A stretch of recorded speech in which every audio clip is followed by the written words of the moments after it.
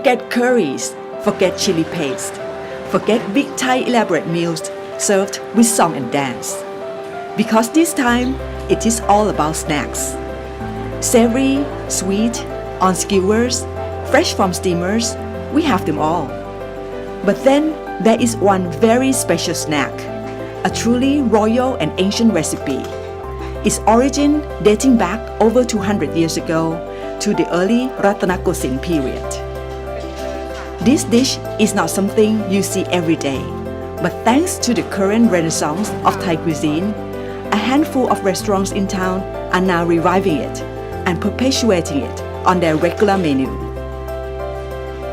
ขนมจีบนกนะคะก็เป็นขนมสมัยรัชกาลที่2ที่เขาเมื่อก่อนเขาเรียกว่าห่อไส้หมูแล้วก็กลายเป็นขนมจีบนกค่ะแล้วก็ท่านผู้หญิงเปลี่ยนค่ะท่านเป็นคนเขียนตำรานี้ขึ้นมาในสมัยรัชกาลที่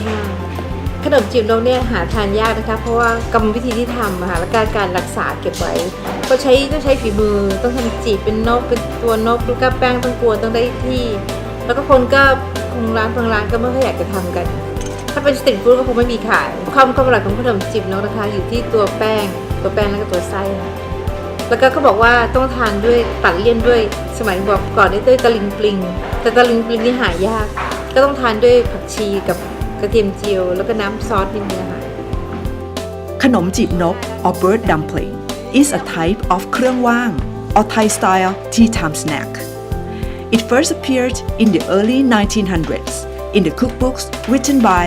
Than Pu Ying Plien Pasakon-wong, a very respected and renowned royal Thai chef. Through the passing time, this recipe has somehow been lost and forgotten. And like many other Thai ancient recipes, Khanom Jeep Nok beautifully represented the exquisite details unique to the Thai royal cuisine. The dough, made from 3 types of flours and coconut milk, is shaped into big fat teardrops and then pinched into feathers. The filling in this case is a tasty mixture of chicken and shrimp. The bird has the eyes of black sesame, the beak red chili.